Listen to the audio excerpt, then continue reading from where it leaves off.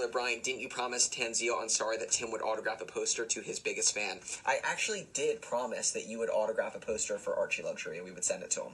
If you have a poster of me, that's the first I've heard of it. Yeah, so no. Is that a thing? So, well, it's going to be a thing because we're going to have a poster made of you, and you're going to need to autograph it to Archie Luxury because I promised that we would send one out. I can do, but do we ship internationally? Well, we will. Okay. We will. That's the first international gift we've ever given away. Congrats, Archie.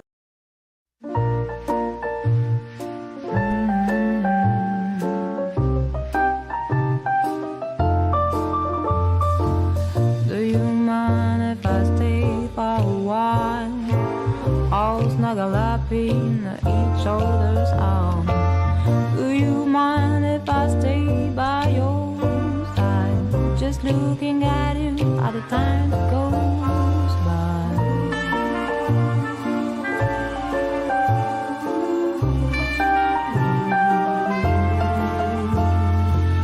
Do you mind if I stay by your side? Just looking at you at the time goes by.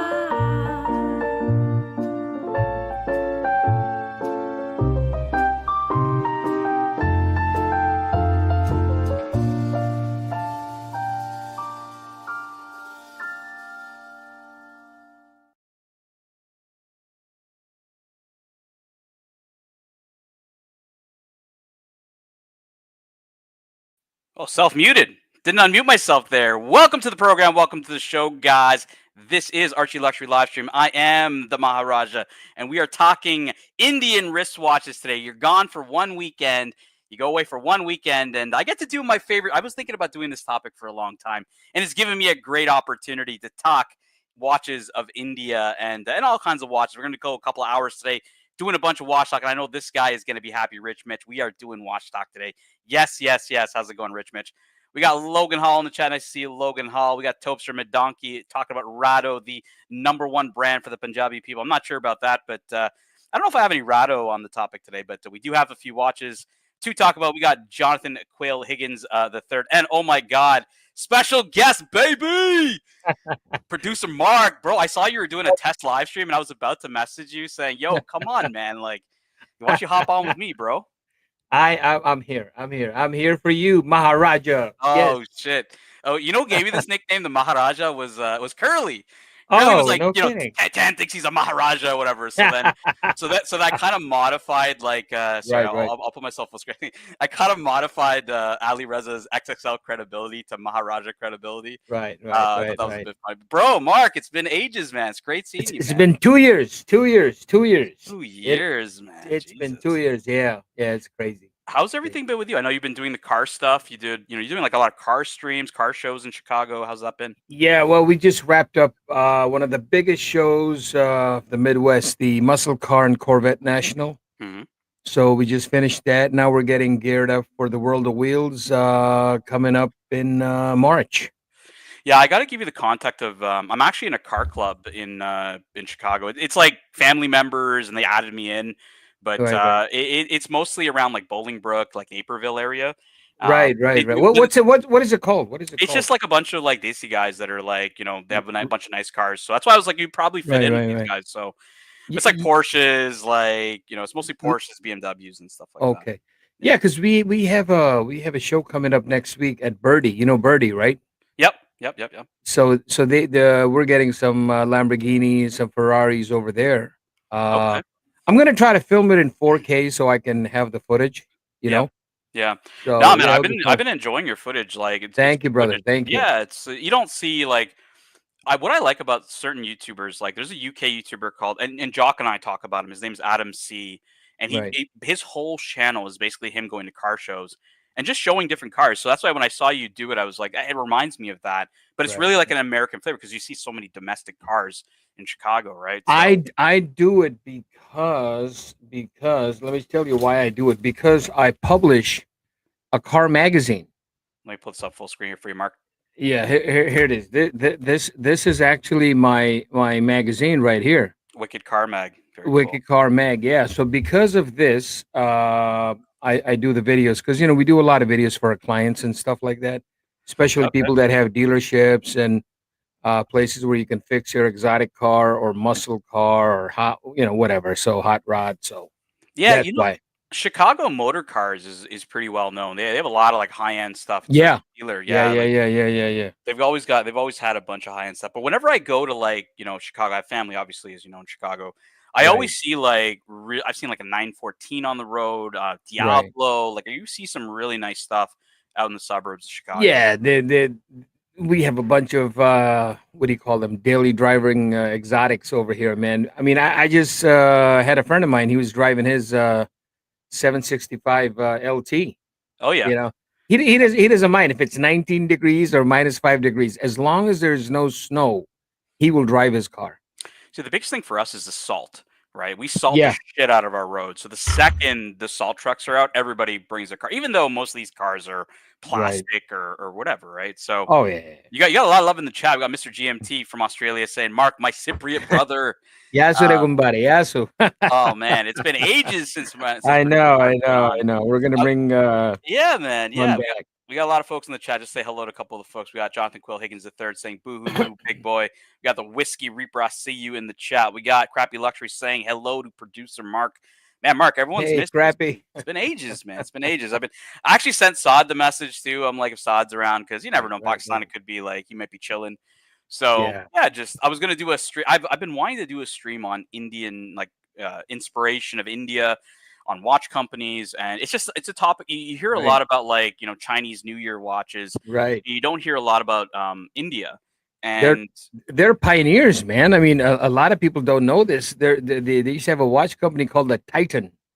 yeah, the Titan. There's a lot. I'm not really gonna Yeah. go to the Indian brands. I'm gonna kind of talk Oh, about okay, like the okay. luxury brands and Oh, okay, okay. history in India and stuff like that. But like, look, I mean, the topic could be very big, right? Right, right, Um, right. and even talking about my own personal choice of my perpetual calendar being based off of a watch that was ordered piece unique in India. So we'll get Mhm. into that here in a second. I'll bring up on the screen here kind of uh, top 10 Indian inspired luxury watches. Okay, so Frank Miller, a brand that our boy Serdi Danny really enjoys here.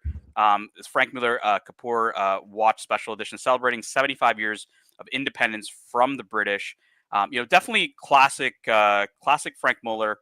Nice case, and there's a lot of pieces that are probably you're gonna see a little bit more inspiration of India, but this was kind of a commemorative watch you can see from Frank Muller.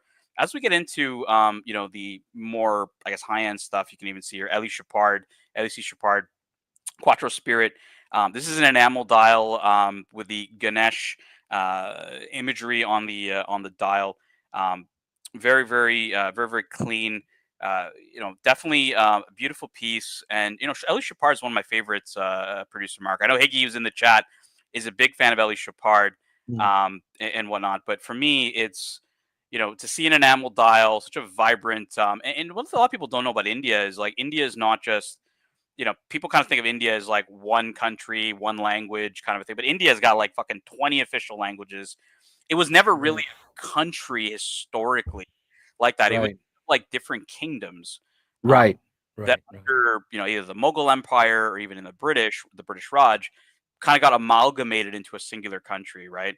Um, Yep, and when people think Indian, they think maybe Hindu, but there's Sikhs, there's Muslims, there's all kinds of folks, right? right, This one's obviously commemorating the Hindu god Ganesh. Beautiful enamel. I think this is very well done, Mark. Just from a right. pure art perspective and a design perspective, is really really nice. It sure is, sure is. And a lot of people don't know that India has more millionaires than America. Well, India's got a ton of people, man. Percentage. I don't know if that's gonna what's going on, Russ. Nice to see you. And Whole Milk says the Ganesh LUC is sick. Yeah, I agree. I actually, when I was at the Paddock exhibition in London this year, Mark, they Mhm. had an Indian inspired rare handcraft. I was showing. Actually, Higgins was there with me that day, and I Right, was kind of right. showing like kind of the pieces that I liked. And Higgins even sent me a bunch of other pieces because there's tons of like piece unique you can see in India, ordered by obviously very wealthy people in India and whatnot, and yeah, tons of cool stuff. But Ellie Chopard, one of my favorites. Interesting like case design too. Obviously on the left here, kind of Calatrava style case. Not a bad looking watch. I don't know, Mark. I think I kind of prefer this one with the big crown. A bit of a more intricate case, and This is the I believe Higgy. This is the jump hour. This is one of your favorites. It's the jump. It's the jump here that I know Higgy's always been very, very interested in. So there's that one. Now let's go to the Jacob and Co. Astronomia India. So this one has Oh wow. inspiration from, yeah, it has a ton of like different landmarks in India, from like the India, the India Gate to the Taj Yep. Mahal. Right. All Right. Right. Look, I'm not a big Jacob and Co. fan, but I think this piece is really, when you talk about commemoration to India, I think this is a beautiful watch created by Jacob and Co. But Mark, you just don't hear about these as much as you hear about like the Chinese New Year and all these other Right. pieces. Right. A lot of folks kind of don't know that India has a lot of commemorative watches and brands that have tried to court the Indian market for a long time. No, they don't. They don't. Nobody talks about it. Nobody talks about, but you know what, your boy Patel Philippe, we're here today to talk about India needs a bit of love, so we're gonna give some love to Indian inspired watches here. Absolutely. Going down the list, Cartier Tank Americaine. So this was for the 50th Independence Day limited edition, and you can see here 1947 to 1997 Cartier Tank Americaine. I'm assuming this is in Hindi. I can't read Hindi, so I was just going to go with that. Could be Hindi, could be Bengali, could be a lot of different languages in India. Like I said, India doesn't have just one language; it has many, Right. many languages that some people may not even understand. Other people in India, right? If you're from the south, Right. I may not understand if you're talking in your native language. So if I'm in the north, for example, right, where you and I are from, basically, Mark. I So, think they have 3,000 languages in India. yeah, between languages, dialects, Right. you Right. go Right. from Right. village Right. to village. It's And completely everything different. changes. Yeah. Yeah. Absolutely. Yeah, when people think India, right, they just think of it as one people or one country in that Oh sense, right? no. Oh It's no. one country, but many different subcultures within Indian culture, Right. Right. and whatnot. So just cool to see different brands putting out different pieces. Again, this one's not inspired by religion like the last one was. Right. This is pretty much to commemorate an independence. Classic Tank Americaine, pretty clean. Nothing against it. Like a bit of like, I mean, again, right? You kind of have to want to seek this out, Mark, if you're Right. looking for a watch like this. But for me, not a bad looking piece for Cartier, celebrating Cartier's anniversary in India. Now, Louis Moinet here, Taj Mahal, beautiful Taj Mahal dial. You can see a tourbillon here as well. This is also what do you think about the engraving? The only thing that throws me off is just the fucking engraving, bro. Like, Yeah. That's a lot of engraving. the issue, okay, the one thing I can't, like, I want to hate on the engraving, but like, you and I being, of similar descent, we can kind of tell that over the top is kind of how we do it. You know what I mean? Right. Like, we Right. always kind Right. of like Right.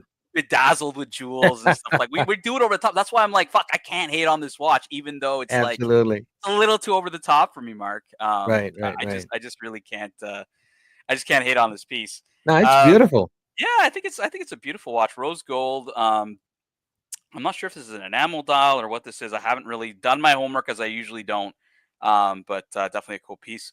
Piaget, some of the thinnest watches. Piaget Indian Edition watch. Hand painted details on this piece, and yeah, just pretty different, right? They're not usually Right. the pieces you're going to see. Again, right, when you see for like the Chinese inspired watches, again, it's going to attune to certain cultures and what inspires people to buy these watches. You can see here, Mark, obviously attention to like landmarks, or even scenery in India. Varanasi. Yeah. Yeah, it's just Banarsi, scenery. It can Exactly. it can mean Exactly. something to somebody, right? Oh, Like, absolutely. and And I don't think these watches are for sale. They're probably all sold out. yeah, these are limited edition. These Yeah. are going Yeah. to go You to can't even collectors. find these anywhere. No, and I think for a guy like me who, is probably seeking something more inspired by India, I'm going to get into that in a second once I go through this article of a couple watches. Just wanted to showcase a couple of these Indian heritage watches or inspired watches. Mhm. Panerai did a Mumbai edition here, so you can see on the back Oh yeah, the Gateway of India. gate. Yeah, the gate on the Yeah. back of the Panerai. Now, Nice. and you can see it written at the bottom, Mumbai as well. So pretty cool. I didn't know about Right. this watch actually. A Right. Panerai Right. Right. watch that has, because Panerai has its connection to Egypt, right? That they Right. did the Egiziano The watch. one with the pyramids. They did one with the pyramids. Yeah, because the Egyptian military did commission Panerai watches as well. So interesting, that India has a. I don't know if there's a connection with India and Panerai, but still pretty cool with the gate on the back here. Not the greatest picture. Sorry for the renders here, guys, but Mhm. still a Mhm. a cool piece on that. And then we got an Hublot, not really my favorite, F1 King Power Gold Edition. I mean, They got the flag colors. you got the flag. Like, you can't get, you Yeah. know who would wear this fucking watch is Vijay Mallya, the Right. former owner of Force One, the guy who owns Kingfisher beer. Right. He would wear this watch, I would say. Hublot F1. He probably has one. He probably does, man. I'm not surprised. Karl F. Bucherer, the owners, now owned by a Rolex, with a Bombay edition 1 of 88. And again, obviously the gate in the back, pretty cool. Interesting, obviously using the green, part of the flag colors of India as well. Pretty nice. And then here, Seiko 5, sports edition. Again, the Indian colors, the orange, the white, the green, celebrating India itself. So a lot of cool pieces. Now, I wanted to get into my personal story before I talk about, the Reverso, and there's tons to talk about in Indian watches. I'm going to talk about the, and hopefully ABC is listening in. He's got a great addition to this story.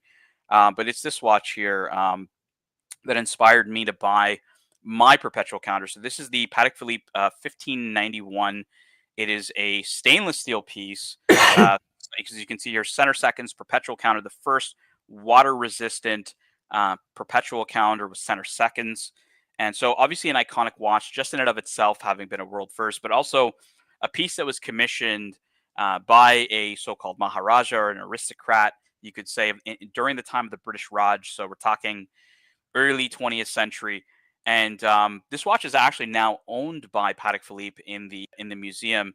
It's sold at auction a couple of times. I think something like in 2007 sold for $2.6 million, and then subsequently even more. I think I think it came for auction in more recent times as well. Cool story about this is, so the Maharaja bought this watch, and what ended up happening was he, I guess, was not a good person. He was he had done something wrong. I don't know if it's like a criminal act, like murder, or something severe, but it was serious enough. And his servant had actually witnessed the act in and of itself. And so to kind of pay off his servant to not kind of leak it out or leak the story or get him in trouble, he paid him off or bribed him with this watch. And that watch ended up getting through. And ABC's told the story, Mark. I don't know if you had ever heard it, but ABC had mentioned that a family member of his the watch had somehow made its way into his family. I don't know if he's a descendant of whoever was working for this Maharaja or if it somehow got into his family. But what ABC told us, and this was last year, so I'm going to just kind of paraphrase the story, was at one point in time, his other family members had caught wind of, that this family member had, obviously probably came into a bit of money. And the story had come out that, this watch had been kind of, that his family member was the one that had originally auctioned it. And I think this was in the 90s. So it's been auctioned off a couple of times. It's been auctioned off in the 90s and the early 2000s, I think, more recently. So this ends up going to another collector, which now is owned by Patek Philippe. But pretty cool in that, it had, there's some kind of a connection with ABC, somebody who I know. I'm going to show you my watch here, Mark, because I don't know if you've seen it. But I'll show you kind of the inspiration of why I bought so when I was buying a perpetual calendar, I was like, how do I choose the right perpetual calendar for myself? Now, this is the perpetual calendar I bought. Oh, wow. This is a 5320 in a cream dial. And you can see center seconds, Arabic numerals. And when we kind of go back and look at the 1591, you see striking similarities between the two. And for me, I was like, I had a lot of perpetual calendars I could buy. I could have bought the 3940. I could have bought the 5140, the newer version 5327. And I was like, if I'm going to, and for me, Mark, my grail has always been the perpetual calendars, and it's from the brand, from Patek Philippe. So when I read this story, not too long ago, I was really inspired by it in the sense of like, well, this was a piece unique. It was created by somebody in India, or commissioned by somebody in India. It's got a unique design, and what's fucking really interesting, Mark, is Patek Philippe never gives credit that they actually kind of used inspiration from this watch for this watch, and it's so uncanny how close the design is. Right. But it's wild that they never really ever credit it. They talk about, oh, we inspired the lugs from some other watch, but you look at the fucking dial of this watch and you're like, it's a fucking copy of the 1591. So. But for me, it's a connection to home. It's a connection to my heritage. And for me, this is why I was like, this is the one I'm going to get, because I obviously can't get the 1591. It's a bit out of my price range, but I can get this watch, which has a lot of vintage inspiration. It's a modern perpetual calendar. Yes, it doesn't use the the higher end movement or the 240 movement, which is obviously a lot easier to see. This one uses the 324 movement, big rotor in the back, which hides half of the movement. But for me, I don't really care. For me, this is what meant more to me: the inspiration of India Yeah. as part of why. Now, is that a 38 millimeter? It's a 40 mil. It's 40 mil. Wow. Yeah, 40 millimeter, Very nice. modern size. It was released in 2017, and I'm gonna give a shout out to somebody who really helped me out when I did buy this watch. Was this guy Russell 996? So when I bought the watch, Russell had gone to the launch event for the 5320, and he had gotten some swag from Patek Philippe. And obviously he hadn't bought a 5320 himself. So when he had heard I bought the watch, he asked me, "Would you like whatever swag I got from the event?" And he's like, "Just pay for shipping," because he lives in the UK and I'm in Canada, and you can have it. So he sent me a really cool little tablet that they gave, kind of not an iPad type of thing, but a little tablet that has Yeah. it has pictures of like a number of perpetual calendars from the brand. So really, really nice gift from us when I bought this watch. But for me, definitely a big inspiration was that 1591 piece from India. And I thought, like, for me, this was just a great story, right? Mm. It gives me a reason to buy this watch. But, again, really spectacular piece. It's just, you don't, it's not very often you see a perpetual calendar with center seconds. And one of the biggest problems with perpetual calendars, Mark, is the legibility of them, right? Like this guy's trolling me in the chat. He bought his perpetual calendar around the same time I got mine. And what I told Higgy was like, the one difference is you can read my perpetual calendar and I can't read yours, you know? Right, And this for me was just such a clean layout that I was like, that's what I like about this perpetual calendar. It's just super clean layout. It's, aperture style date, perpetual calendar, which is different than the sub dial variations, which is more historic and classic to the original perpetual calendar. We've got a super chat, Frank V, $2. Why every time I bring up the 5496R, no one is impressed? All right, let me bring up the Patek 5496R for our friend here. Let me pull up. So he's talking about the retrograde perpetual counter. I think this one also uses the 324 movement. Let's see if I can find a good picture here for you. Well, I'll just pull it up on Chrono. Why not? Here we go. So Frank V is talking about the retro. So this is a retrograde date perpetual calendar. So you can see here, you'll get the retrograde all the way to 31. And honestly, Frank V, using this movement is the same, I believe, as the one that's in mine, because you can see it's got center seconds. Retrogrades, I just don't think are very popular. I think they're cool. I like the idea of them. Mark, do you like retrogrades? So basically, you can see the date goes to 31, then it hops back down to 1. I like these. I'm beginning to like these retro watches. Yeah, like I would say, Frank V, it's just when you look at this layout, why people you would think are not, I wouldn't say not impressed. I think this is a great watch, but I'm going to show Mark the other option of perpetual calendar, and that's the 5327. This is the sub dial variant perpetual calendar. Let's see if I can get a good picture here. So you can see here, as opposed to mine, which is aperture, where you have little like apertures with the date, the dates and all stuff's in the sub dial. This is probably what a lot of folks think of perpetual calendars these days. This is what it should look like, because the 3940 was such an icon from the 80s when Patek Philippe came out with it, that people, and this is just a kind of an evolution of that piece. So people are more used to this, and therefore, Frank V, I think that people, even with mine, Frank V, they're kind of like, why would you buy that one and not buy this one? So even less so in the fact of retrograde dates not being popular is probably why you're seeing that impressed. But I'm very impressed by that watch. I think it's a great watch. For me, it may not be the watch for me. Mike the Mistake says case shape much nicer on Patek than Lange, and Higgy baby claims he can't read my Patek there, but I think he's just fucking lying.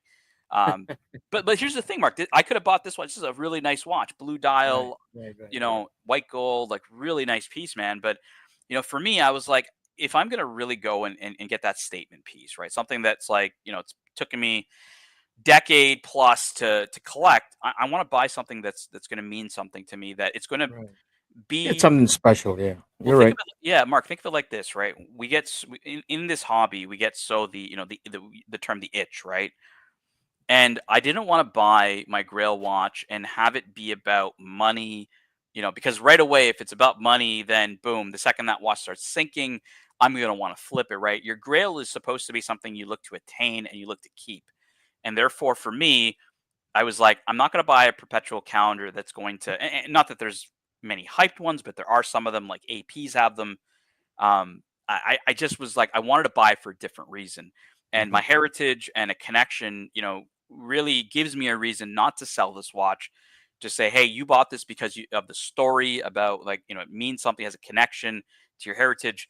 And therefore, that is why I'm not, outside of, and it's funny, Mark, I thought I talked about trading this up to a perpetual calendar chronograph. For me, this is what I think is going to make it a keeper in my collection, because it's not about money. No, It's not it's got one of those timeless designs. Yeah, look, it's not for everybody, right? Like, dress watches are not for everybody. Complications are not for everybody. Um, but when you're a watch collector and you nerd out about this kind of stuff, right? Eventually, you're going to look at high horology and you're going to consider it. Maybe for you, may not be for you, but for me, high horology with complications is kind of my thing, and that's why this Mm. watch for me was a big inspiration. Um, Moving along here to one, I have another Patek that I was able to find here for this Indian inspired show. This was apparently potentially a piece unique. These guys have its Geneva collections in Switzerland from 1924. The Maharaja of Kutch apparently was the original owner of this piece. And there's a few, I think there's a few photos and a few pieces written down here, on Patek's service logs and whatnot, where it's like, it's kind of written even here on pencil, like for the Maharaja of Kutch in Gujarat, model from 1924. So definitely, it's got its provenance. But you can see here that Yeah. Phillips were going to the subcontinent all the way, even before the British Raj split. Right. And so when people talk about, oh, like, they kind of joke about like Rado, and they joke about this and they joke about that. What they don't know is India was one of the richest countries in the world before it was pillaged by the British. Um, Absolutely. you know, Absolutely. our jewels were stolen. The Kohinoor diamond. The British. Right. Right. Right. Right. I don't know if taking a gift from like an 8-year-old king on duress is a gift, but you know, and so these people, these Maharajas, these aristocrats, these people were extremely wealthy and able to buy piece unique watches from some of the greatest brands out there, and that's where a lot of people just don't really understand that part of it. And that's why I was thinking, why don't we do a little bit of an Indian appreciation stream to talk about Indian inspired watches, as well as some historical, potentially piece uniques that were brought into the subcontinent, even some that are as inspirational. That watch I showed you, the 1591, is one of the highest selling Patek Philippe's at auction, um, Yeah. with an Indian connection to it. So definitely thought I had to had to be part of this stream. What do you think of this one here, Mark? Is your cup of tea? We're talking about Cubitus these days. Everyone's into the square watch. This was from 1994. I like it, brother. I like it. Look, maybe the hands. I'd change maybe the hands, maybe Breguet hands or something like that. But honestly, not a bad looking watch even for today's day and age. Like I said, Cubitus is out, and folks are all about these square watches. But it could not be an Indian stream, guys, without talking about the legend of all legends, Right. the Reverso. Everybody knows this story. Um, Funny enough, I have video. I have recorded video of Federico saying that these watches were commissioned by a Maharaja in India, which is like not true. Now there were some that did commission some of these Hmm.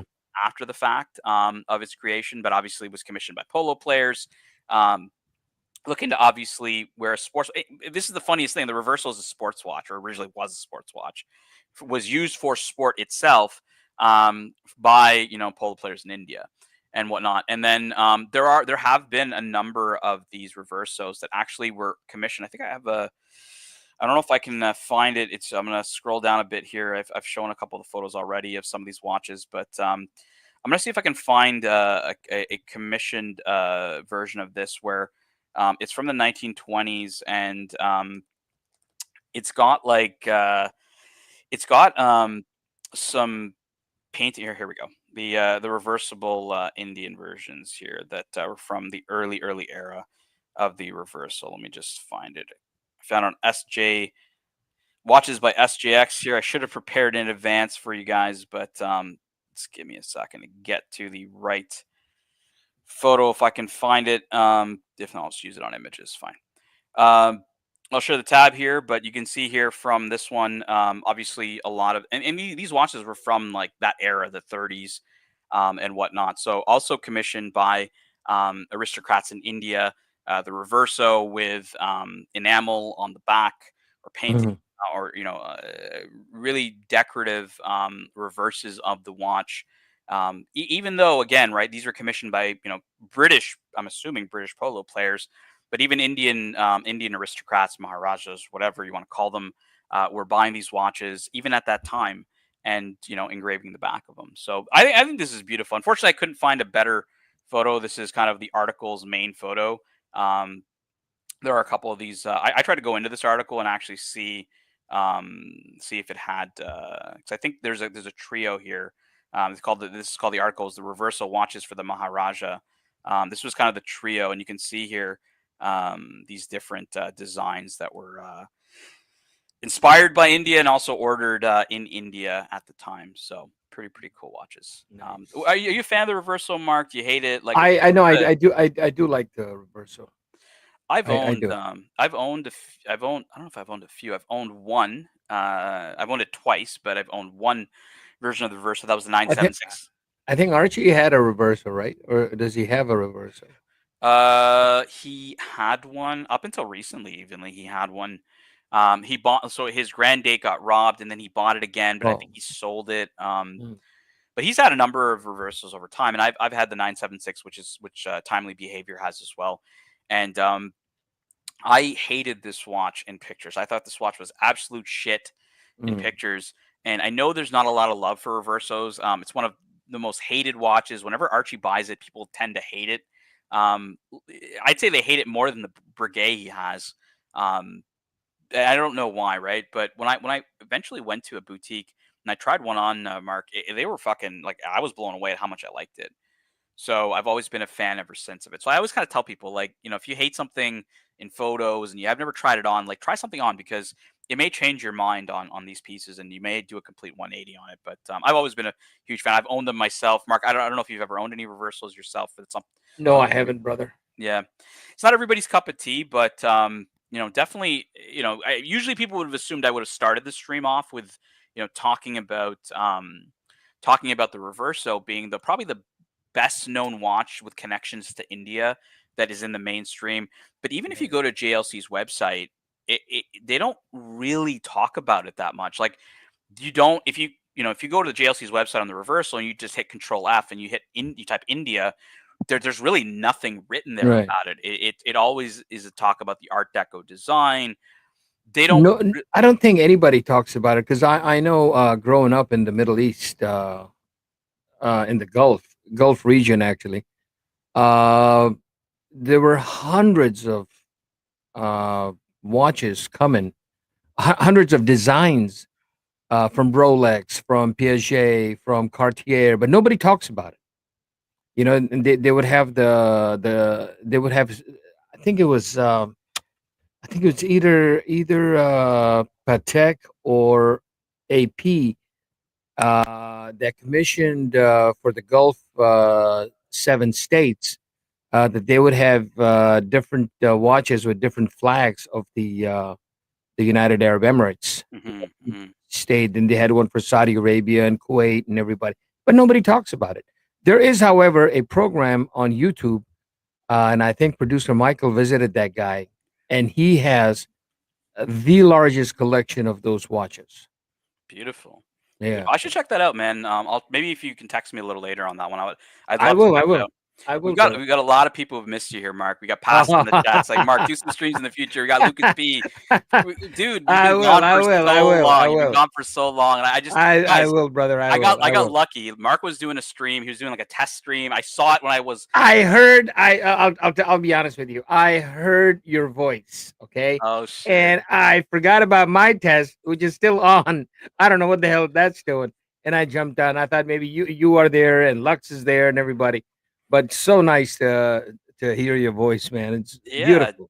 Really Yeah, beautiful. it's been ages, man, since we've seen you on the stream, and you know, it's temperatures like you know, temperatures rise and fall in the Archieverse, right? Archie says Right. comments, you know, go way off the rails, offside, and stuff like that. So I Yeah. thought, you know what, let's cool the temperature down. Let's talk a bit about, you know, Oh, it's India all fun. and It's watches. all fun. Yeah, I've been wanting to do this stream actually for a long time, and I haven't had an No, opportunity. this is nice. This is nice. Yeah, I just didn't have a lot of time to prepare for it today. I was kind of like, you know what, this is a Right. great opportunity for me to do a stream like this, talk about, you know, watches from the subcontinent and whatnot. But I do have a lot of topics to go through today. I can probably get back to the subcontinent stuff a little later. Um, there was a great auction that just happened at Phillips. It was on the 22nd of October, sorry, 22nd of November. So just finished Tokyo Watch auction in Hong Kong, and a lot of great pieces. You know, at this auction, you can obviously see here a number of pre-ceramic Daytonas. You got the Higgy inspired Kermit that doesn't have the shaved off lugs. That Higgy did. So definitely a decent amount of just regular pieces. This auction wasn't like, didn't have anything super exuberant or super crazy. Maybe I'll go from high to low here for you, Mark, to kind of show. Now here's an interesting one because this one's for Frank V. Because we see here a now this isn't exactly a perpetual calendar. This is a retrograde perpetual calendar tourbillon.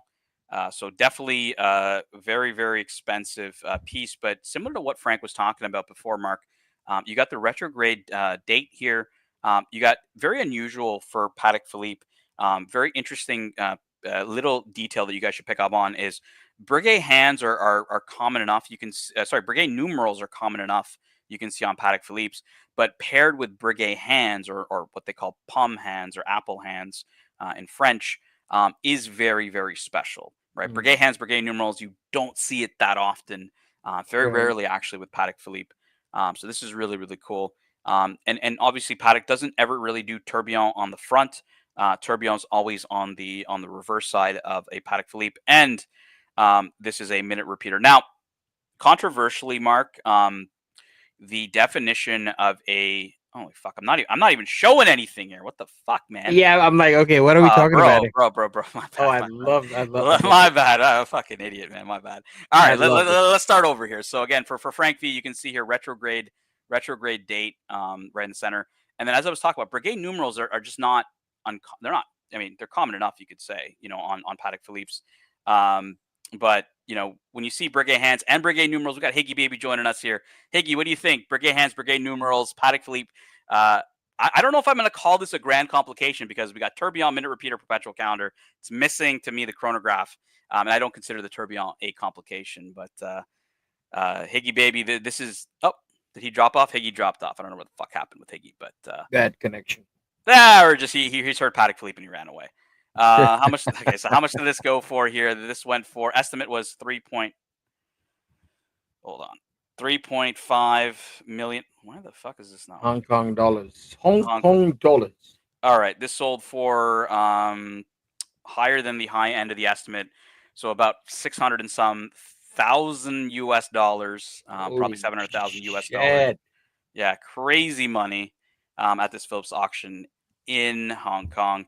Higgy Baby, what do you think? Would you call this a grand complication? You got minute repeater, perpetual calendar, and tourbillon. Well, what else should I call a grand complication if that's not a grand complication? Minute repeater, perpetual calendar, chronograph.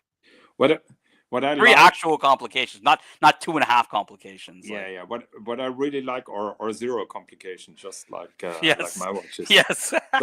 So what I like is that Patek puts a number on each tourbillon that they're making, and I know that annoys the hell out of Russ. And Russ asked Patek if they could not print that number on the watch that he ordered, and Patek just told him to fike off. All right, Russ is calling it a grand complication. Russ, I'm gonna have to disagree with you because I have to take away the tourbillon as a complication. But yeah, they do actually consider the grand complication either the triplet of perpetual calendar, minute repeater, and tourbillon, or with chronograph. But isn't Isn't it remarkable? I mean, that auction was so full of unusual watches, and you have nothing else to do than pulling up a fight. Well, I was waiting for you to hop on, man. I was like, fuck, I didn't see this. I just started from high to low. Let's look at this Roger Smith here, Higgy baby. We recently did a stream on Tickers the show about Jamie Opulence had been looking for a British watch, right? Kind of Mark, how we were talking about the Indian watch for me, like being part of my heritage. Jamie was looking for something similar for himself, like British heritage. He wanted to buy a British watch. So I obviously, guys, I told him to get a Roger Smith because, I mean, you can't get better than that for a British watch. But Roger Smith, I don't know, design wise, Mark is not for everybody. It's kind of plain Jane, like, and not everybody likes this kind of design from Roger Smith. What do you think, Mark? Is this kind of your cup of tea, or is it a little old too manish?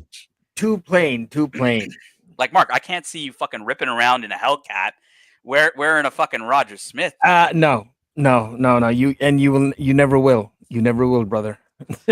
Like, Higgins, let's pair a British car to this Roger Smith. Like, what are we thinking here? British car for this Roger Smith. Look, I think Morris Minor. Yeah, I think you. Yeah, that's not a bad choice, actually. I think you have to be a Brit to love those. I mean, one of my favorite watchmakers is Charles Frodsham, and he places the winding crown on a very unusual or odd place. So all the British high-end watches are kind of odd, and I would not say Morris Minor, because those Bristol cars that look odd. That is a little bit like that. Look, I'm gonna disagree with both you fuckers, and I'm gonna say, Mark, I'm gonna say Jaguar E-Type, fucking British racing green. You'd see somebody driving one of those types, the classics, the vintage E-Types, with some leather driving gloves. Oh yeah, wearing this, and Russell know exactly what I'm talking about. So, Roger Smith. Now, interestingly enough, with Roger Smith, I was reading. I don't know if I was talking to Whole Milk, because I know Whole Milk has. I don't know if it was Whole Milk or MCM. One of them were, had either they were an interest in Roger Smith at one point, but I knew somebody else who had put a deposit or was ready to had their name on the allocation list for Roger Smith, and at a time when Roger Smiths were like $100 and some $1,000, and then when they finally got the allocation, which was years later, it had jumped to like 300,000. So even them, they were like, well, fuck it. Even buying it at retail wasn't that great. We got €2 from Fizza, who says Tudor Pelagos 39 titanium versus the Rolex Explorer. Higgy baby, we got the Explorer versus the Pelagos 39 titanium. Okay, this is a good question, Fizza. Let me pull up the Pelagos 39 in titanium, just because everybody kind of knows the Explorer, but by that reference, you can tell it's the Explorer. But I'll pull up the Pelagos 39 in titanium and see the difference. Now, this is a beautiful piece. I think Fizza, it really depends on your budget. If you're willing to spend the extra money in the Rolex, I've been really enjoying my Explorer. It's got a lot of history. It's a very, very, very beautiful watch. I think the watch is very simple, and that's kind of the difference, I'd say, of why you'd buy the Pelagos versus the Explorer. In my opinion, if you want something with a bit more flair, something that's going to be a bit more flashy, you would go with a Pelagos. It'll be light on the wrist. It'll look nice. It'll get attention. It'll look like a sub. You'll get the red text. Pretty cool piece. 39 mils is a good size. On the Explorer, if you go for the Explorer 40, it fits kind of like a 39. It fits better than the old 39, but fits like a 39. A lot more plain, a lot more clean, a lot more under the radar. Depends what you like. So you're going to pay more to be under the radar, or pay a little less and people know it's on the wrist. Now that I've kind of told my biased opinion, guys, Higgy, Mark, what do you guys think? Pelagos or Explorer? I mean, I had a similar conversation yesterday with a punter, and I said, forget Tudor. Tudor doesn't give you the satisfaction like a Rolex. So you think you may be saving some money or probably get the better watch, but at the end of the day, what you want is Rolex and not Tudor. And when you go halfway with the Tudor, you're just halfway on the way to a Rolex. So halfway to what though? Halfway to what? Like I agree. Yeah, but halfway to what though, guys? Like to Rolex, because you still have you still have Because you really want a Rolex. You don't want a Tudor. You're just trying to compromise to save some money and so on. Sorry for interrupting. Whole Milk says I don't have a Roger Smith. Okay, it's Whole Milk was probably MCM then. Then my bad. I got you guys confused on who had the interest in the Roger Smith. Look, the reason why I don't think it's halfway is because you still got a great movement. You've got good build quality in this piece. You're going to get probably more functionality out of this watch than you're going to get out of the Explorer. So the watch is superb. Technically, it's superb. It has great movement. It's a great watch, but it's not a Rolex. Right. So if you and guys, this is not a first, but you only really hear about Hype Higgy when Higgy's on the Archie Luxury channel. If he ever went on his show, Higgy's not going to talk about a hype Rolex and just buy a Rolex because it's a Rolex, right? No, I don't talk about Rolex, but I don't talk about fucking Tudors as well. But today he's telling you to buy anything over a Tudor, apparently, which is, we have a lot of Tudor fans in the chat. I adopt the low IQ audience that is here. So. Oh, fuck. Oh shit. Oh fuck. So Fizza, hopefully for your €2, that gave you some good advice. Personally, from my opinion, like I said, it's going to be depend on what you want, flashy or not. Technically speaking, this is a great watch, and the Pelagos is a lot cheaper. Probably get it on the secondary market, good value. So not a bad choice, man. Not a bad choice. Pasta says more bang for your buck. It's become the blue collar work watch that Rolex was. Yeah, Pasta. It's interesting because when I wear the Explorer, it's kind of like in my workplace. Pasta, I'll give you an example. There's a few watch guys, and none of them are impressed by the Explorer. Like literally none of them. One guy was wearing a Milgauss and was showing it to me, and when I showed him my Explorer, it was kind of like meh, right? Even kind of felt it was beneath the Milgauss. So it is really under the radar, and amongst watch collectors, it's kind of like it's respected, but it's not overly loved. I think Pasta is right. How so, Mark? His comment, it's right on the dot. That's what it is. That's what it has become. Yeah, and I don't even look at it like that, right? Bang per buck. I think that look, Tudor makes great watches. Like, don't get me wrong.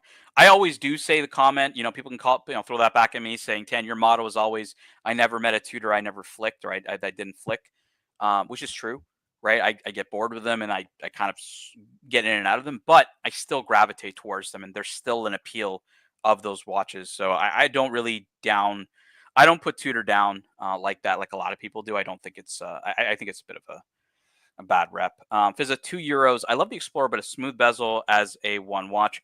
Honestly, Fizza, I've been wearing the Explorer almost daily. I wouldn't say almost daily. Like, let's say in good rotation for the past 2-3 months. And I've mostly gotten scratches on the clasp and not so much on the bezel. So it depends on how rough you are with your watches. If you're rough with your watches, yes. Like, my previous Explorer 39 I bought used, and the guy had marketed it. Mark, get this. He had marketed it as like excellent condition, right? And it was at a really good price. So I show up to meet him, and it's fucking like scratched up like a motherfucker, right? I'm just like, no shit. I was like, really, bro? Really? Like, you're gonna. How much did you pay for it? Oh, it was cheap. It was like $2,000 under like whatever the market price was at the time, right? So that's why I didn't care, because even though he said excellent condition, he priced it accordingly to having some scratches. So I wasn't that cheese, but like, in certain photos you can hide scratches. So honestly, Fizz, it depends on how rough you are with your watches. But I've been wearing my Explorer 40 for a couple months now, and it's the bezels is pretty clean. It's really the clasp that I've gotten most of my scratches on, and the clasp isn't really, nobody really cares about the clasp, right? In that sense. Hey, P-Cars, how you doing? Nice to see you, man. Doing a little bit of a day stream. I'm off today, so I thought I'd do a couple hours of wash up. When I got my boy producer Marker joining me on the panel, it's been fucking ages. Mark, so tell me about Wicked Car Mag, just so we pivot a bit from watches. I'm gonna put you full screen. Tell me a bit about Wicked Car Mag, because I see you doing this. It's a magazine. Do you guys do it online as well? Is it videos? Is it print? No. It's not online.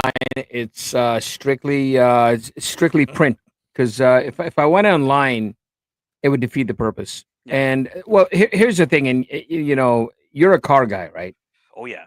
Okay. Oh, yeah. The thing with these car guys is they want to have something like this in their trunk. Yep. So when they're at a car show, they want to open up a physical magazine. And then they want to look at all the ads. They want to look at all the stories that we have there. Mm-hmm. They want to look at all the stuff that's going on, and Like you know what? You probably know these guys. Do you know them? Eurocharged. Oh yeah, of course. Yeah, yeah. So this particular issue was the muscle car and Corvette national issue. Oh, So so your charge sponsored your mag? yeah, no. Eurocharge did not sponsor my mag, but they're part of the magazine. Oh, cool. Well, yeah, they kind of sponsor me. Yeah. Yeah, I have a friend who he got his E63. He had one of the if not the fastest E63 in the world. It was tuned by Eurocharged out in Toronto, and dude, it was wild, man. That guy's car. Oh, these guys are. And he ended up buying because the I guess the owner of Fantastic. Eurocharge in Toronto, Right. he had a McLaren 720S that he had tuned as well. So Right. he ended up trading his E63 and buying that guy's tuned 720. Namaste, Dirk. We did a show, Indian tribute show earlier to you, Dirk. We even talked about Bombay, your favorite city in India. Mumbai. In India. Yeah, the AMG tuner, Eurocharge. She's talking about P cars. P cars is also a big car guy. This is my buddy's car. Oh yeah, 765 LT. Yeah, that's the one he just got tuned over there. Oh, nice, man. Nice. Oh, he drives it daily, baby. He drives it daily. Look, 765 LTs are like, if I was to get a McLaren, that's the one I would get. It's just it looks so much cooler than the 720S. I have a friend who owns an MSO paint version of it, so he paid $100,000 just for the paint. Yeah. And what it does, the way the paint works is it starts as that kind of red that you showed, and then it shifts. It's kind of two-tone. It shifts. It kind of fades into a dark, almost black red. And oh man, it is one of the coolest paint jobs. I'll text you a photo of it later. This is mine when I drive sometimes. Oh yeah, so you're doing club racing with your Miata? Yeah, we just did a rally. Nice, This is the turbocharger for the car. How often are you doing rallies around Chicago area? As much as I can. As many as I can. I need you to tell me if I made a mistake here, Mark. So yeah. My rally in Toronto is called Ace Spade Rally, and we often go to the Tail of the Dragon. Last time I went on Ace Spade was in 2022. It was Toronto to the Tail of the Dragon in North Carolina, all the way back up. When is the next one? Well, here's the thing: it's every year, and this year's one that happened in the summer ended in Chicago. Ended in Chicago, and I fucking forgot to tell you. Oh man! Yeah, all of my boys were in Chicago. I didn't go because I was like, the route that they were taking from Toronto was through like Indiana, and I'm like, I can't see driving in Indiana. They came through. Yeah, they came through Detroit. That's what happened. Yeah, I just can't be driving through Indiana being that exciting. You know, through Windsor. They come through Windsor, Detroit, and then they go through South Bend, Indiana, and they end up in Chicago. Yeah, I'm just like, but is that an exciting drive? It is actually pretty exciting because I always thought it was kind of flat and just not as exciting. No, you're running right beside the lake, man. It's beautiful. Yeah, fuck, I should have gone, man. Because obviously I got family there. I'm in a car club. I don't ever really go. I'm just in the chat. With a lot of high-end guys that are like, some of my family members are in it. That's why I think it's a great idea. I get you into it because obviously, people from our background and stuff like that. I got a friend. He's doing the Chicago to LA rally. Next month. That is going to be a big one, man. 3,000 miles, bro. Yeah, the Chicago car culture is pretty good, man. You guys have a lot of big huge. It's huge. It's huge. And let me tell you. These guys out here, they're like DDE, man. They love driving their shit. They don't give a fuck. As long as there's no snow, they will drive the shit out of their cars. Well, that's why I noticed about Chicago was like a lot of what I loved, and I haven't been to Chicago in about a year and a half, 2 years. But when I was there, like, and again, we're talking about 2 years ago, the C8, right? Yeah. Like it's. I mean, I live in Canada, and there are a number of domestic or U.S. domestic cars here. But when I went to the States, man, the amount of C8s I saw, Corvettes, it was insane. Like I couldn't believe it. I was like, "Fuck, man, you guys love your Corvettes here." Like everybody has a fucking Corvette here. Yeah, which is weird because you come to Canada and it's more like people want the exotics; they don't really want the Corvettes. Right. But in the States, like fucking everyone goes buck wild for the Corvettes. It's fucking 15 degrees, and they're still having cars and coffees. Yeah, but that's what I love about it, man. U.S. car culture is different than up here because here it's heavily policed. Yeah. Oftentimes, like you can't even do burnouts on. This is how fucked the laws are where I live. Right. You Right. can't even do a burnout on private property. You can be charged with doing a burnout on private property. So I'm just like, how do people ever learn how to drive then? How do you learn how to like, Unbelievable. It's yeah, unbelievable. And like you know who the pioneers are, right? Damon and Dave. yeah, DDE, right? Those guys Yeah. are, the culture that they created, I think Yeah. is much like that. Yeah, but like even if people wanted to learn how to drift or whatever, right? Like outside of paying like crazy exorbitant amount of money going to a racetrack, like it Right. kind of like limits people to do that. And then people are going to take it to the street and be even fucking worse. So I don't even know. Okay, so we got P Cars here. I'm one of the Gold Rush. So yeah, P Cars. I always wondered if you went to Gold Rush because I've been interested. So Gold Rush Rally, Mark, is on the West Coast. It's one of the biggest known rallies in the West Coast. Yep. Um, No, I know it perfectly well. Gold Rush Rally. My friend is the founder. I can't afford it anymore. When it started, it was $3,000. Yeah, I think it's like each leg mark is like $20,000, It's and it's it's very expensive now, bro. It is. And most of these rallies, you can't just pay and get in. You have to be invited. yeah, that's the So that's the thing. So when I reached out to Ace Spade Rally, right? Because I didn't really understand like um how do you actually go and join these rallies? So I reached out to them, and yeah, they look at the kind of car you have Yeah, and exactly. who Who in it, you are. Yeah. but it's also who you know, like you said, right? Is Oh, because in these rallies, absolutely. I Absolutely. mean, these guys are going at insane speeds. Like we're talking, Yeah. above 120, 130 miles an hour Right. for a prolonged period of time. Like not a, you're just gunning it up to 130 and you're laying off. No, these guys are like they're going at that speed Yeah. for a long time. And so, yeah, it's just the type of people that they're going to invite to these. Is You're absolutely right. Being in the, not to cut you off here, but being in the media business, especially cars and automobiles and stuff like that, we get a lot of. I mean, I get a lot of complimentary invites. Hey, Mark, why don't you come on and bring your GoPro, man. Bring your Insta or something. Just ride with us. You know what I'm saying?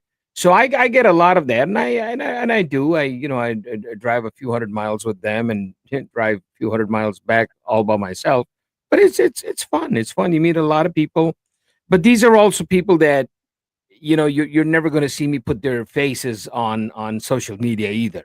We shoot the cars, not the people. Absolutely, and I'll tell you something. Like there's media guys who join A Spade Rally as well, and those are the guys who actually like are the most fond of DDE. So on A Spade, so Right, used to go on A Spade Rally. Like they're Canadians, and A Spade is the right. rally. Um, and I remember the media guys. They love driving, and I always feel bad saying, "Hey, can you take shots of my car?" Like as I'm rolling by and stuff. Mhm. They do. They're super nice, but like I always try to respect the fact that they're there to have a good time. Like Right. you're there to have a good time as well, right? And Oh, absolutely, boy, absolutely. P Car says I do the small rallies, Car Week and Vegas Fuel Run. Same owners. I saw TPG there in 20. Wow, that's hilarious. There, P Cars is obviously a big Porsche guy. I met him. Right, right. I met him in San Francisco. Well, when I was visiting San Francisco a few months ago, and he got me a hat. Super P Cars. I wear that hat a lot. The Fuel Run hat, which is a drive they do, I believe, from either I don't know if P Cars is if it's from San Jose or if it's from San Francisco down to Monterey for Monterey Car Week. But Mark, have you ever been to Monterey Car Week? Because that would be a big one. I think you should. I did about 7 years ago. 7 years, man. Nice. I'm Yeah. thinking of going, obviously P Cars, if he's going next year, I'd love to head down to Monterey Car Week and check it out. I got a friend who's big into vintage car collecting. He has like an F40. He's got DB6. What else does he have? Fucking. David Lee. He's not David Lee. No, it's not him. David Lee is Ferrari. He's a Ferrari collector, right? This guy has. He's a Dino. He has a 246. He has a former race car Dino as well. But anyways, big into vintage cars. He always goes to like Pebble Beach and Monterey Car Week and Amelia Island. He goes to all the big Right, auctions right. and stuff like that. Yeah, you need like 3 or 4 days nonstop of. I mean, if you really are into that, you really need about 3 4 days and a good buddy to walk and see everything. Yeah, absolutely. That Watch Boy, man, it's great to see you back. Yeah, man, it's I was just when I saw producer Mark hop on, I was like, no way. I have asked this guy to hop on so many times, and I know you're a busy guy, especially in the evenings. Mark's super busy, and I was like, fuck, Mark's on. Like, this is great. And I had to stop, so I'm chilling. I could talk as long as you want to talk. That's why I'm like, fuck, I got you here. Let's okay. So P Cars goes, Mark, we should do this, man. You like if you're interested. Next Let's year, do it in the summer. Let's do it in the summer. yeah, because Monterey Car Week's in August, right? Yeah, let's do it. I think it would be great because you obviously got your media company and it really kind of matches. Oh, I got the I get invites every year. I got the invite for this year to come. And they even for the media, I mean for the print media guys, they were actually giving them Airbnbs, complimentary Airbnbs for 3 days. Don't worry about the stays and stuff like that. You don't even worry about that, bro. I'm telling you, you, Mark, you, me, Mike the snakes around that area. Wow. Mike the snake, and we'll bring P Cars. Bro, there you go. Be so good, man. I'm in. Maybe Toyota. I would say Toyota Mo, but Toyota Mo. It's funny because Toyota Mo told me he's like I work with cars, but I don't like cars. Right. You know what I mean? So like it's Toyota Mo would obviously have the open invite. We'll have fun. Oh, bro, I'd be so fucking happy to see that. Now, Mike the Snake, bought his 930. I don't know how much you've been following the show. He bought a Porsche 930, modified Porsche 930. Wow. And yeah, it's a race car. Yeah, I know he has a race car. I sold my see, I didn't know all you guys when I had my 911. I sold my 911. Which 911 did you have? I had 1984 911. Oh, so that's the G series. Yeah. So it's pre 964. Yeah. Yeah, those are cool, man. I always like the G series. I like the 964s. So you had an air cooled. When did you sell that? Jesus, I sold that in 2017. Oh yeah, that was way back in the day. Yeah, when they were nothing, nobody gave a shit about them. Yeah, now they've skyrocketed. I'll tell you, I sold mine. See, the thing with these German cars is you can't just let them sit for a long time, and that's what I did, like 6 months, 7 months, and the hoses started to go bad. Yeah.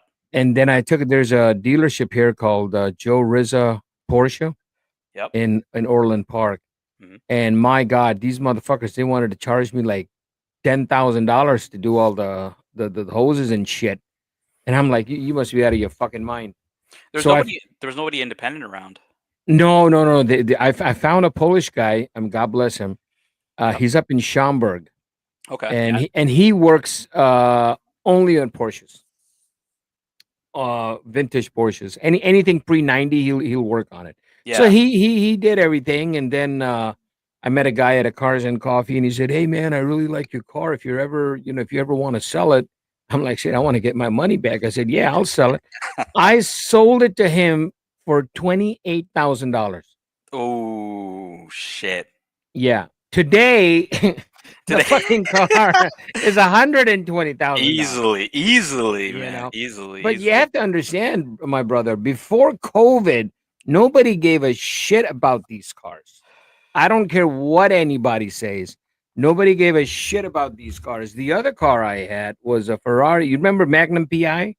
Oh, yeah, the 328 or 308. Yeah, I had the 308. Beautiful. I love it. The only thing with that car was anything is an engine out. Of course. It's like Spark. Yeah. Spark plugs, engine out. Timing chain, engine out. Clutch, engine out. Everything was engine out. And I inherited that car, and I sold that car in 2018. Oh, those were going for peanuts back then. Yeah. Tell me how much you think I sold that car for. I'm trying to think even prices back then. Like Canadian dollars, I think they were like 65, 70 grand. Okay, so 45. Maybe like 40s. Like it's like 40, 45. Yeah.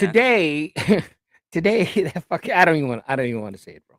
I don't even want to say it. Oh, they're over 100 for sure. Yeah. I don't even want to say it. Like, and this a 308, 328, like not loved Ferraris. Right. And it's just like you said. Now, the interesting Ferrari that didn't skyrocket as much is the Testarossa because you see it compared to the Countach. Countach is fucking, it's going to the moon. It's going to the moon in price, right? One point, I think Hoovy, I don't know if he sold his or if he's selling his. He has a white one. I mean, his is I remember when he bought it, but 1.2 million. Jesus.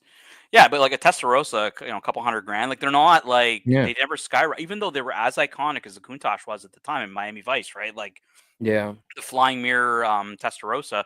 Right. But it's the same reason. It's the engine out, engine out, engine out. Like it just Yeah. people don't That's want to deal with it, right? that's Like the thing. And the engine out itself is 10 grand. Fuck the repair. Just to yeah. take the fucking engine out, that's 10 grand right there. You know. Well, interestingly enough, Mark, the way I see it is it's similar to kind of watches right now because you see people, even though yes, in the vintage market it definitely spiked in COVID. But there's been a huge demand of new buyers that have come in to buy Lamborghinis, to buy Ferraris, to buy McLarens, Yeah. and I feel it's similar to watches, right? Where people in COVID, same thing, new people come in and buy, but longevity of things, right? Like they're not going to service these pieces, or they're buying them for the wrong reasons, and they're not going to be here forever, right? They're just going to flick them, once they get bored or once watches start coming down to an unacceptable price, right? It's kind of the same I see in cars. Brother, let me tell People you walk something. into it, There right? are so many McLarens over here in Chicago. I mean, it'll drive you nuts. And I believe it because the reason, even though McLarens are cheaper in some They're cases, they're very cheap. They're very cheap. It's about 120 grand. You can get a brand new McLaren. it's because the doors go up, right? And that's the big thing is people see it as very special. I'd say the majority of the population won't know what a McLaren is, but they'll see that the doors go up and they'll see that Yeah. they'll understand it's a special car. Whereas, you may have to spend a little bit more money for a Huracan over like a 570S, for example. It's a lot of the young folks. Oh, Huracans are, yeah. Well, They're think like about it, right? two Like, something. yeah, like so if you have to spend maybe 100K or 70K more for a Huracan, well, the Huracan's doors don't go up, even though it's a Lamborghini. But the Yeah. reality is that what I'll tell you from Lamborghini ownership is most people don't know what a Aventador is and don't know what a Huracan is. They know what a Lamborghini is, Yeah. and Yeah. No, you're therefore right. they They won't don't. know the difference. So No.